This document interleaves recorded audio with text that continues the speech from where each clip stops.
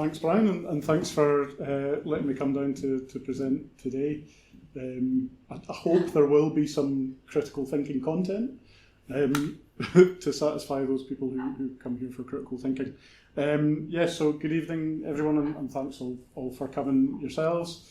My name's Ewan Hoyle. I'm a frustrated politician with a couple of science degrees.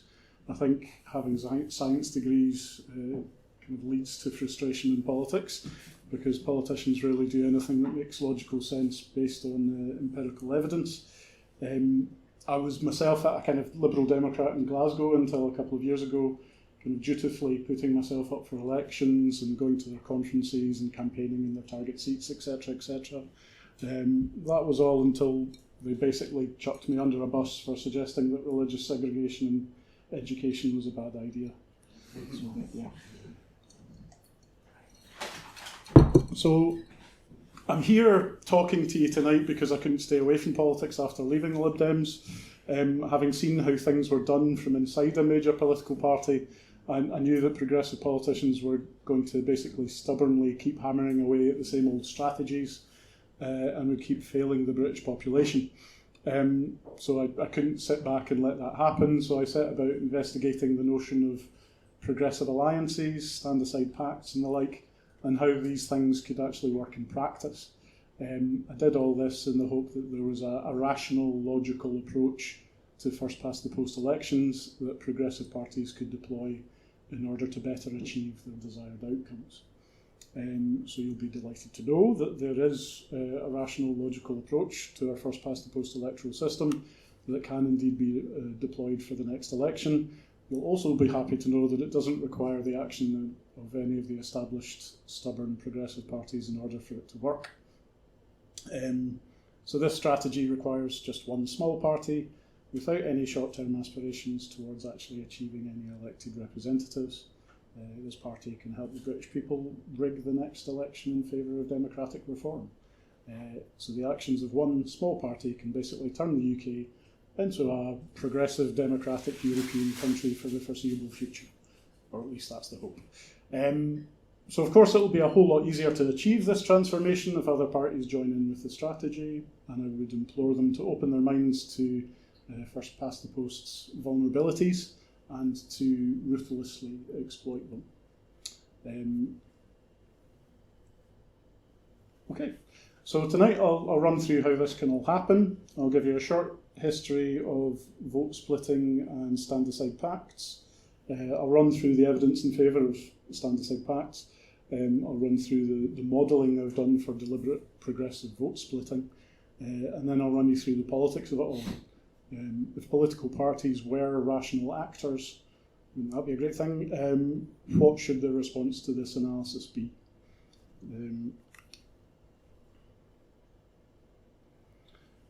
Okay, so the history of vote splitting in the UK is frankly an embarrassing one for progressive parties. The campaign group Compass have introduced the concept of progressive tragedies, constituency results where the pooled progressive vote would have beaten the elected Conservative MP. So basically, if progressives had put up one candidate, they would have beaten in all these progressive tragedies. So this table shows the analysis that I have personally done for Compass. It shows that all of the Conservative majority victories since 1979 would have been prevented if the progressive vote had been pooled behind a single progressive candidate. So some of you are probably thinking that the progressive vote wouldn't just pool behind one candidate, that voters aren't just pawns to be pushed around a chessboard, but I'll present some research later on which suggests that actually pooling the progressive vote wouldn't be far off. So if we actually zoom in on 1983, just test this little way, 1983 there. We find that the Alliance Party achieved 25.4% of the vote, but got 23 seats. Michael Foot's Labour Party got 27.6% of the vote, so just 2% more, but got 209 seats. So our first-past-the-post electoral system is quite obviously a joke, but it still persists 40 years later and still gives Conservatives an illegitimate majority government with a minority of the vote.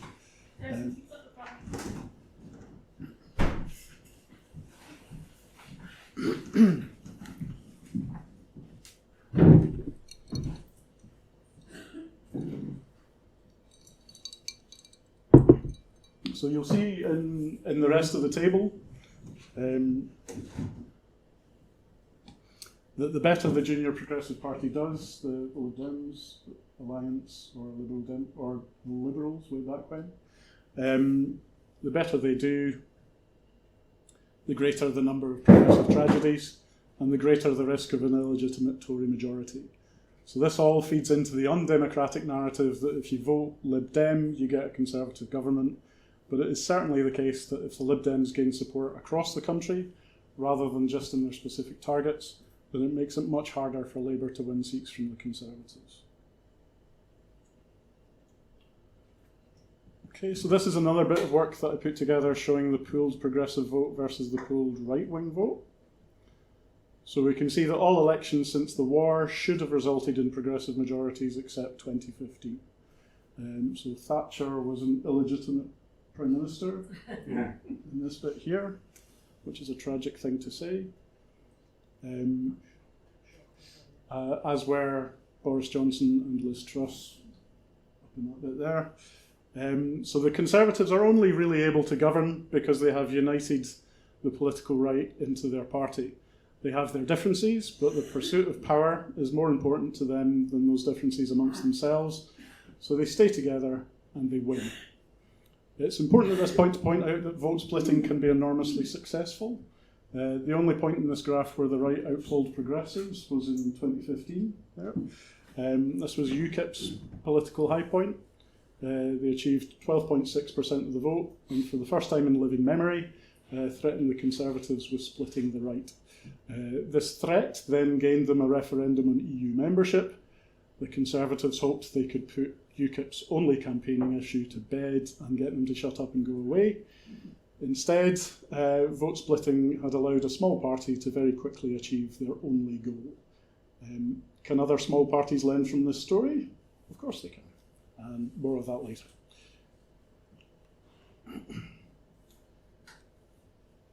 So we've seen how splitting the vote can be both deeply damaging to your cause or enormously helpful. The opposite of vote splitting is, of course, not standing at all. So there are two ways to not stand, that I'm going to call passive and active. So I'd suggest passively standing aside is when a party doesn't stand a candidate, but does not then endorse another candidate. So I believe this is what the Scottish Greens routinely do for Westminster elections. First past the post obviously does not favour the Green Party in Scotland. There is a risk of a lost deposit of £500 if they don't achieve 5% of the vote in the constituency, which could arguably be better spent elsewhere. They may also be kind of vote splitting considerations with the SNP that cause them not to stand, but I'm not sure local Green parties then officially endorse SNP candidates. Active stand-asides are I think, much rarer, though 2019 was a bit of a bumper year for them. But going way back in 1906, Labour's electoral breakthrough actually came as a result of the Liberals standing aside for them in 30 seats. As a result, Keir Hardie's Labour won 29 seats in that election, 4% of the seats with a 5% vote share. So later on, I'll describe how today's Liberal Democrats can actually help give the Labour Party the representation they deserve at the next election as well. In more recent years, there was the remarkable example of Martin Bell in Tatton in 1997. So the journalist stood as an independent against the Conservative Neil Hamilton, who had been involved in the Cash for Questions sleaze scandal. This instance was remarkable for the fact that the Labour Party did not stand a candidate, proving that it is absolutely not against party rules to not stand candidates everywhere, which has been a persistent falsehood that has been circulating online. Just last year, all major opposition parties did not stand candidates against the successor to David Amess in the Southend West by-election that was caused by his untimely death. Somebody stabbed him to death, tragically. So Labour can stand aside candidates if they want to. In 2019, the Unite to Remain Pact was negotiated between the Greens, Lib Dems and Plaid Cymru in order to maximise the electoral success of parties that supported remaining in the EU. They stood aside for each other in 60 seats in England and Wales to sadly little effect, perhaps because the Greens had little support to transfer to Lib Dems, and maybe Greens had little realistic chance of gaining seats where they were the chosen candidate. The other far more important stand-asides in 2019 were the withdrawal of all Brexit Party candidates from Conservative-held seats in the last month of the campaign. Where the Brexit Party was polling at around 10% at the start of the campaign, they ended up at 2% of the national vote in the actual election. Their withdrawal of candidates is thought to have approximately doubled Boris Johnson's majority. So, as with vote splitting, it appears the right are much, much better than progressives at strategic candidate withdrawals as well. Can we change this pattern? Yes, we can. So let's now look at what opinion polling tells us about passive and active progressive stand-asides. So, I hope you can all read that okay, but the campaigning organisation Best for Britain conducted polling in September 2021 to model the effect of progressive parties withdrawing candidates, but without any endorsement of other parties implicit within the polling question. So they asked, who would you vote for if your preferred party wasn't standing in your area? And as you can see from these slides, when they asked this question in 2021, the vast majority of votes would transfer to Labour or Green from the Liberal Democrats, in the case of the Lib Dems not standing, and to the Lib Dems or the Green Party if Labour were not to stand. So these results imply that a progressive stand-aside arrangement would have the effect of narrowing the gap between the remaining progressive candidate and the Conservatives by about half of the expected pooled vote of the other two candidates standing aside. It's important to remember that the Conservatives were polling at around 40% at the time of this research. So this, along with the fact that the poll is asking about a passive stand-aside with no endorsement made, this would make this a very conservative estimate of the true effect of standing aside in the next election. To get a better sense of the effect of standing aside progressive candidates, we can look at the polling carried out for the Constitution Society in 2022. I recommend having a read at this. It kind of blew my mind the first time I encountered it. So, unlike the Best for Britain polling, the question asked was an explicit question of an active stand-aside pact. They also allocated every seat in England and Wales to only one progressive party. So Labour were allocated 468 seats, the Lib Dems 81, and the Greens 24.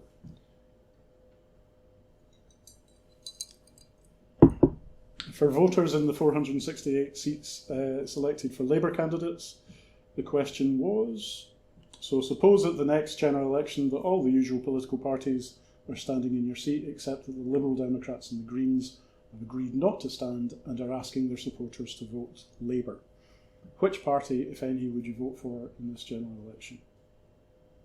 So this is maybe not a perfect simulation of what would happen in real life with an active stand-aside pact, as there wouldn't be a prompt on a ballot paper saying Labour are backed by the Lib Dems and the Greens, but there could well be Liberal Democrat and Green members delivering that message outside the polling station if such stand-asides were to happen. So we can maybe extrapolate from these findings with reasonable confidence. And what findings they were. We need to bear in mind that Professor John Curtis has suggested that Labour would need over a 12% poll lead to get a majority on universal swing.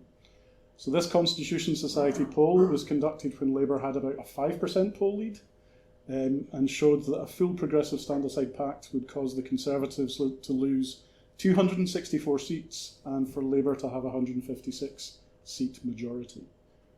So where the Best for Britain polling suggested you could add maybe 3/4 of the expected poll numbers of the progressive parties that have stood aside to the tally of the remaining progressive candidate, with the other quarter going to the Tories, the Constitution Society research actually implied that more than 100% of the pooled vote would transfer.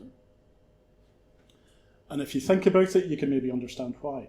So faced with a simple choice, decision making is so much easier.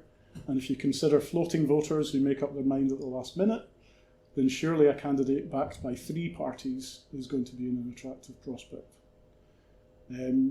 while in the Lib Dems, I kind of floated the idea of electoral pacts with a senior MP in a strategy meeting, and I was dismissed with the phrase, "People don't like pacts."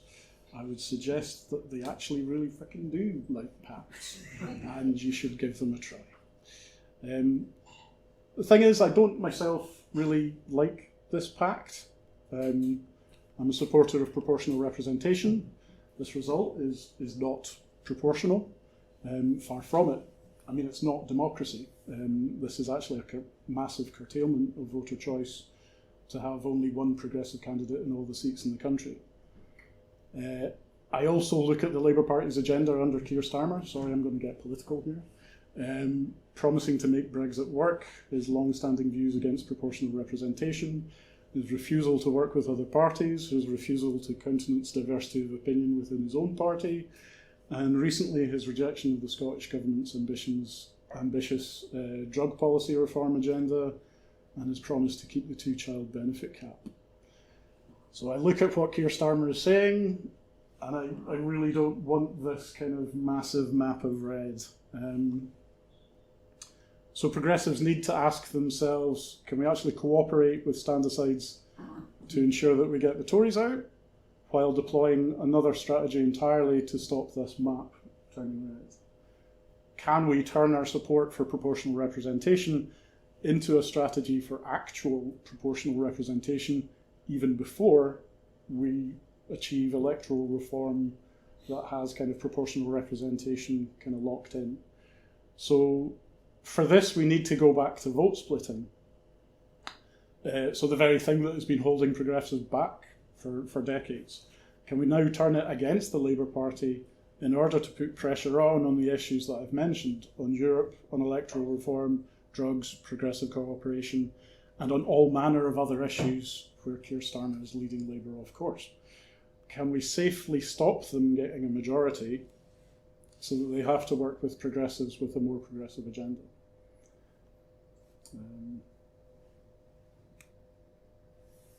Right, oh well. It's been nice talking to you. Have a good night. So this is the opinion of Owen Winter, who founded Make Votes Matter, which is the foremost campaigning group for electoral reform. So prior to seeing this tweet, I hope you can all read it, I was just confidently opining that you could split the vote in some places, stand aside in others, and everything would be fine. After this tweet, I had to figure out a way of actually modelling whether deliberate vote splitting would be safe and effective. We don't want to help the Conservatives stay in power at small swings to Labour, but we want to stop Labour getting an illegitimate majority at larger swings. So here's what I did. Way charts. So I wanted to model the impact of deliberate vote splitting actions in Labour's 301st to 350th targets, with the rationale that a Labour Party with 300 seats will need help in order to form a government, but if they get near to 300 seats, there is no path to victory for the Conservatives. So So I ordered all the constituencies in England and Wales by marginality between the Conservatives and Labour in the 2017 election. I then ordered all the constituencies in the same way for the 2019 election results. And I calculated, sorry, I got a bit of ice in my mouth. I calculated the change in the lead between the two elections for each individual constituency and then superimposed those variable lead changes onto the 2019 results in order to model what might happen for the next election. So it's a fairly simple, crude method, but I figured the important thing to model was the variability in swing at the constituency level and how that varied from constituency to constituency at the 301st to 350th range, where I was suggesting that the vote splitting intervention would be taking place. So this is where my pointer gets a lot of work. So on the left-hand side of the right diagram here, we have what happened when those variable swings were projected onto the 2019 results. So each red bar is a Labour gain from the Conservatives at a particular average swing Conservative to Labour. So the left column is 4.8%, next one along is 7.5, 10, 12.5, 15. Yeah, so finally a 15% Conservative to Labour swing. So these greater swings were just created by adding uniform swings to the original variable figures. I'm not a rocket scientist. That's what I figured would be valid but also achievable. So the purple bar is the range of marginalities at which I'm proposing progressive parties deliberately split the Labour vote. So that's Labour's 301st to 350th targets. So the left diagram is just all of this zoomed in, and the table here is what deliberate vote splitting might mean for an election in which it was deployed.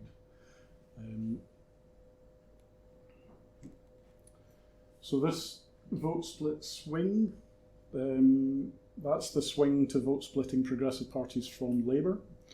If Lib Dems stay static in the polls from 2019, they will make gains from the Conservatives as well.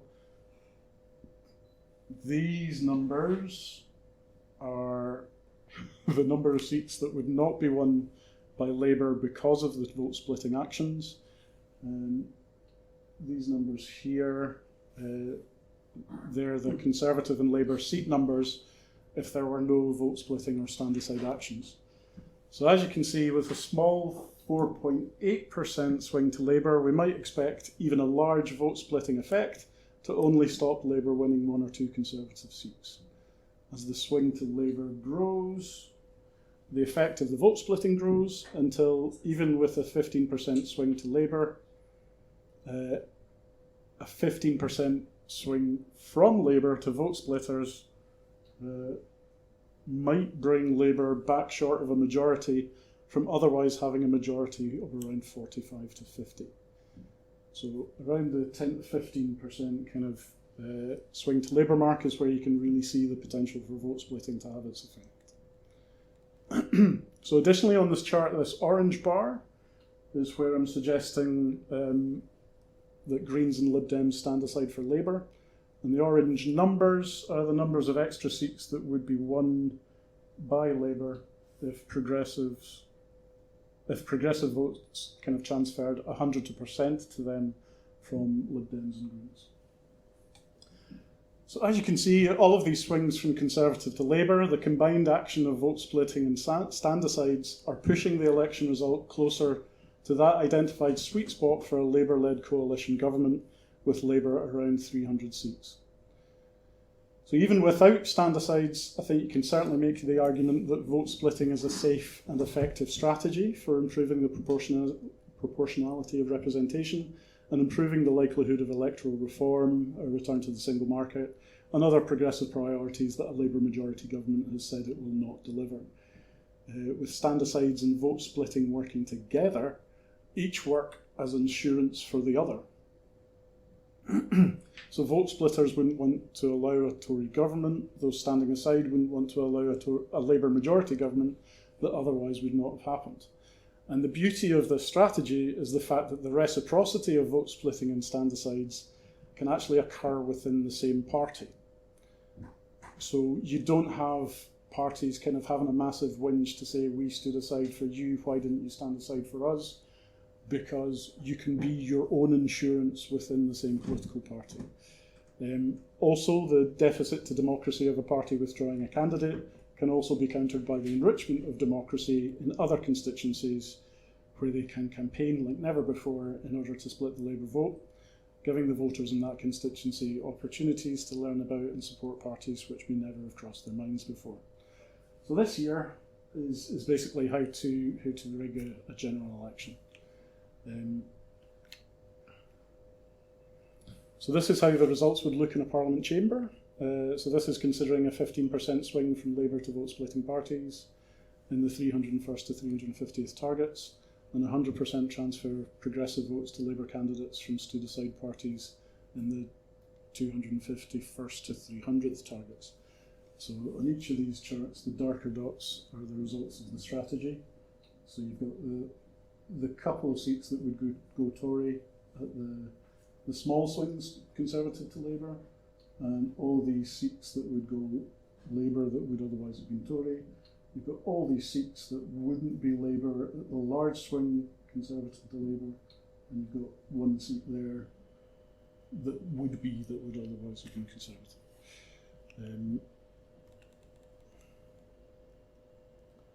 And so this visualisation is what we're attempting to do in the kind of swingometer for election night. So each column represents the number of seats Labour would win for each 0.5% swing in their favour. In dark blue, we're still in Conservative majority territory. Light blue is Conservative largest party but no majority. Red is Labour largest party but no majority. And then dark red, starting at the black specks, because there's not a great difference between the red and the dark red. Dark red is a Labour majority. So as you can see, the active stand-asides that are apparent in this one here,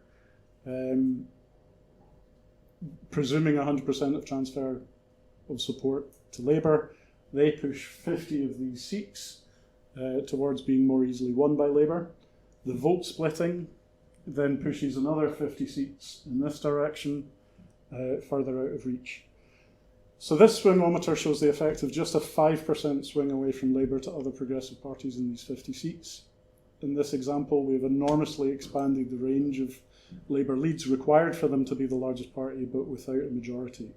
So the baseline swingometer, if we convert the swings into necessary Labour leads, shows the need for a 5.5% Labour lead for them to be the largest party, and a 15.5% Labour lead for them to be the largest party, but short of a majority. The actions we propose would cause this scenario to arise even with a 3.5% Conservative lead, all the way through to a 20.5% Labour lead. So if we were to achieve a 10% swing from Labour to other progressives in the 50 vote splitting targets, then the necessary Labour lead grows to around 25.5%, which is beyond even what the polls are predicting currently. So it's important to bear in mind that swingometers only show what happens in a universal swing scenario. So some vote splitting actions might cause a 1% swing, some a 15% swing. Stand-asides will vary in effectiveness also. This swingometer also presumes no improvement in Labour's fortunes in Scotland. So I produced all of this analysis while Nicola Sturgeon was still First Minister. So we need to return to Scotland later. Thanks, Nicola.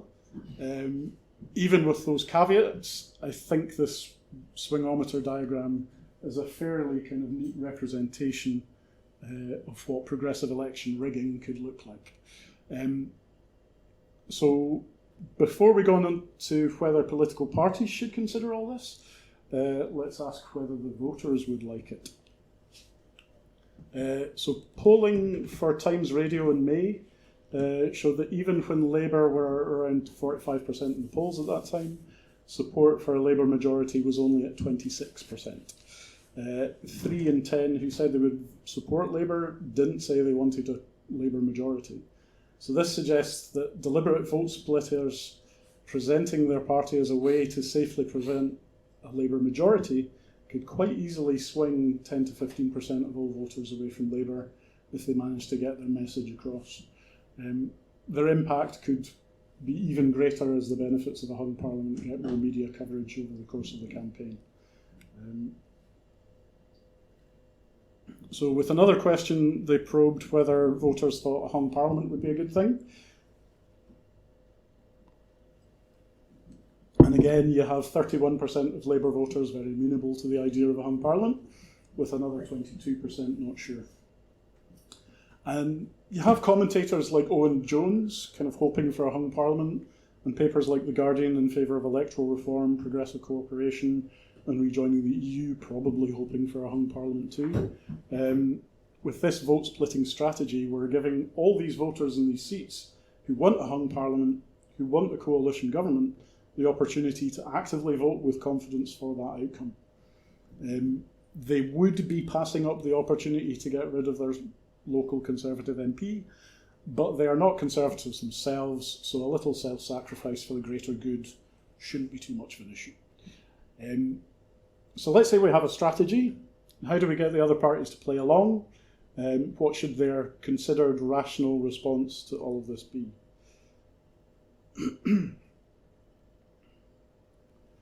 So first up to the Green Party. So they've been bumping along in the polls for about 5 or 6% for a while now. Their one MP, Caroline Lucas, very good MP, but she's not standing again in Brighton Pavilion. And the Greens lost 13 of their 20 seats in Brighton and Hove Council this year. So they are doing very well elsewhere, but they have mountains to climb to gain representation under first past the post. Half a dozen seats would represent an amazing breakthrough for the Green Party at the next election, but they are more likely to lose the one seat that they have. So the Greens need proportional representation if they are to have any impact at Westminster in the way that they undoubtedly have had at Holyrood.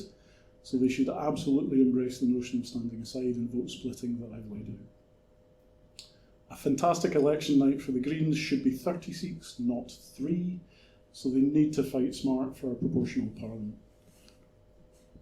Yes, I mean, they should absolutely kind of campaign hard in the half dozen seats that they might have a slim chance in, but in the rest of the country, they should encourage their campaigners to throw themselves enthusiastically into vote splitting in the 50 seats that I've identified. So they can easily attack Keir Starmer's lack of an agenda on electoral reform, Europe, and I guess his now documented hatred of tree huggers, if they so wish. Sadly, their former MEP Molly Scott Cato has recently written encouraging standing everywhere and fighting to win, saying nothing else makes sense under first past the post. So progressives can't sit back and let these ideas take hold in the Green Party. We don't want them to become another ineffective progressive vote-splitting party like the Liberal Democrats. The more successful they become while standing everywhere, then the harder it is for anyone to beat the Conservatives anywhere. So the Liberal Democrats face a similar logic. They too should be desperate for electoral reform, and that does appear to be the attitude of the membership and leadership. It seems like proportional representation would be a red line for Lib Dem support for the Labour Party in government after the next election. Most of their members would happily get on board with attempts to restrict Keir Starmer's power due to their passion for PR in Europe, and you can see from the map of vote splitting targets. You definitely can't read that. The grey constituencies are all the places where I'm suggesting that the vote is split. The red constituencies are the places where I'm suggesting that progressives stand aside for the Labour Party, and the yellow constituencies are all the places where the Liberal Democrats could potentially be targeting wins.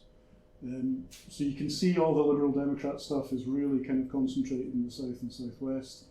There's little seats here and there in the north, but there's big bits of the northeast, massive swathes of the Midlands, maybe a little bit in the southeast, where if you are being told by the Liberal Democrats to go and campaign in your closest target seat, you're like, there isn't a close target seat, I'm not going to campaign at all because you're telling me not to.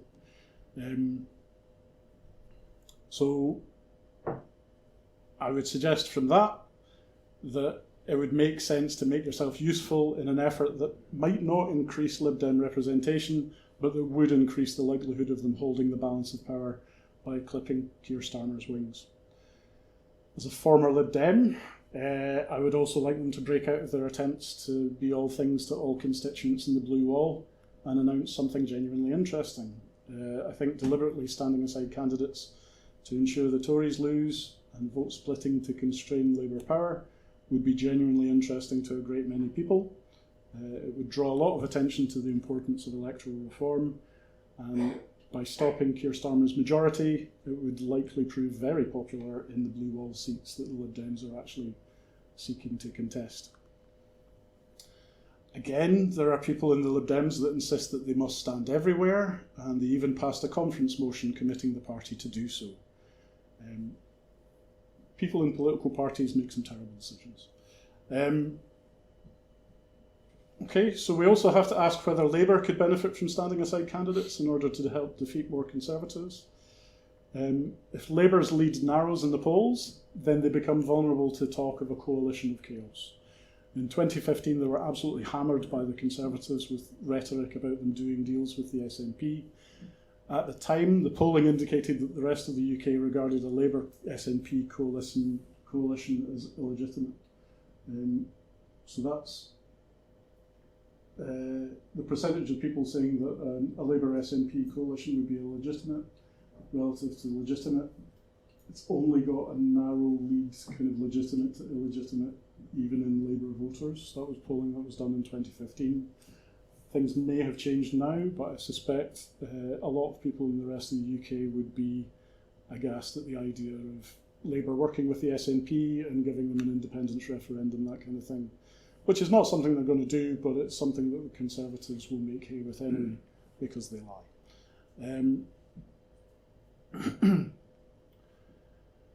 So you can bet your house on the Conservatives rolling out this coalition of chaos strategy again, and the Labour Party need to have a means of countering it.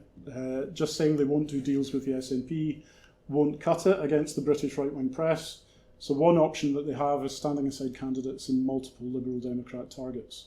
So you can see from the table there that the SNP are grossly overrepresented relative to their vote share, and the Lib Dems grossly underrepresented. If Labour were serious about defeating Conservatives and not wanting to work with the SNP in government, then it would help Lib Dems win dozens of seats in the Blue Wall, elevating them to more proportional representation, in line with the wishes of Labour members and unions who love proportional representation, and they would crush all scaremongering of a coalition of chaos with the SNP. I have no expectation of the Labour Party doing stand-asides under Keir Starmer though, so unless they change leader, this won't happen. It should, but it won't. I mentioned earlier that all the major analysis I had done for the strategy was done in the time of Nicola Sturgeon. The political landscape in Scotland has been completely transformed, and we are now faced with genuine prospects of Labour winning 15 to 20 seats or even more in Scotland in the next election. This is despite Labour offering the Scottish people next to absolutely nothing that they want, apart from the removal of Conservatives from power. Support for rejoining the EU and proportional representation is higher in Scotland than in any other part of the UK, but Keir Starmer is not promising either.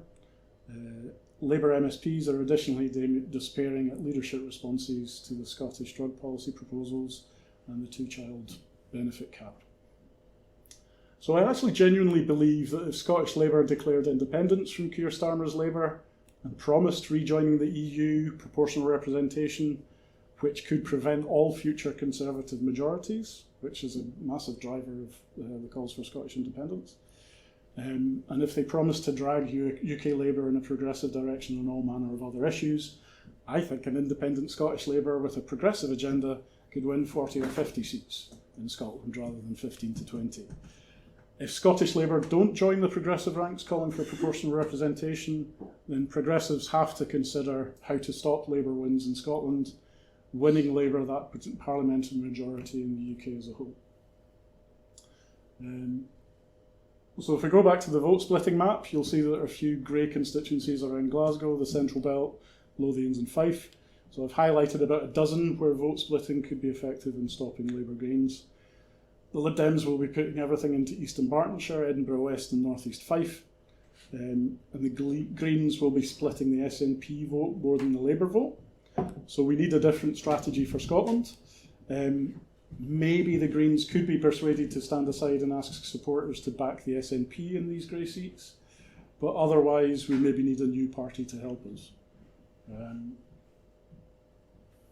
So this is where my party comes in. So Volt UK have already adopted the strategy that I've described here as our strategy for the next election.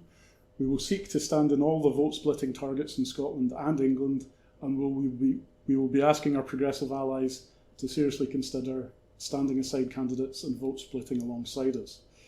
We will hope for votes of our own for our proportional representation, progressive cooperation, and rejoin the EU agenda, but we will primarily seek to act as indicators that you shouldn't be voting Labour where we are standing if you don't want an illegitimate Labour majority government on a minority of the vote led by an all-powerful Keir Starmer.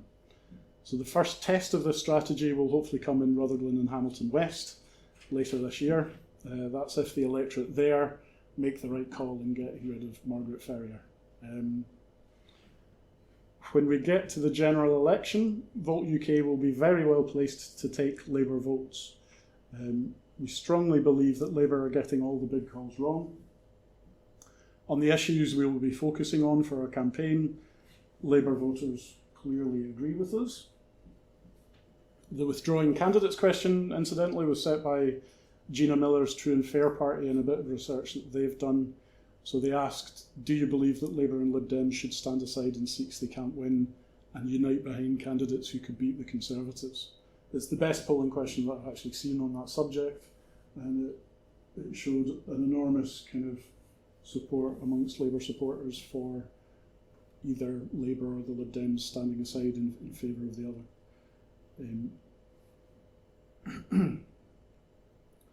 Okay, so it's entirely possible to rig the next election in favour of electoral reform. With Keir Starmer getting all the big calls wrong, it is desirable to do so. Vote UK will seek to help voters to vote tactically for a hung parliament with Labour as the largest party. Other parties can help themselves by participating in stand-asides and vote splitting. And I believe we can enrich our democracy by making proportional representation inevitable. This strategy is just the start. If it doesn't work this time around, it will hopefully set the precedent for next time. It will lay down the blueprint for electoral reformers to follow, to ensure careful cooperation to prevent parliamentary majorities, illegitimate parliamentary majorities. Maybe next time, or this time if they get their act together, electoral reformers of the soft left could form a party to stand in Labour's safest seats, places where the Tories could never win, and they can take away Labour's chances of a majority by winning those seats. Majorities without a majority vote share shouldn't be possible, and they're profoundly dangerous. So you just have to look at Liz Truss being elected by a few tens of thousands of Conservative members and threatening to crash our economy with her extreme ideological views. A good democracy needs checks and balances. We need people to be able to say no to weirdos threatening to do stupid stuff. So we need to rig the next election so stuff like that never happens again. I would just like to close by asking for help. If you believe that this is all both possible and important, then I need to build a team. I clearly need to find someone to help me make more professional PowerPoint presentations. I need people to help me reach out to all of the Lib Dem and Green Party local associations who could deliver the stand-aside and vote-splitting strategies. We need to reach out to all the pro-Europe local groups, all the Make Votes Matter local groups. We need to connect with people in all those Progressive Alliance Facebook pages that could be genuine forums for political innovation, but are just full of Jacob Rees-Mogg memes. We need to find kind of 60 odd people who are prepared to have their names on a ballot paper next to the Vote UK logo in order to make this work. And for that I need help. Alternatively, prove to me beyond doubt that this isn't viable after all and let me get on with my life. But if you can't prove me wrong, please help me, because rigging elections is hard work and I can't do it all by myself. Thank you.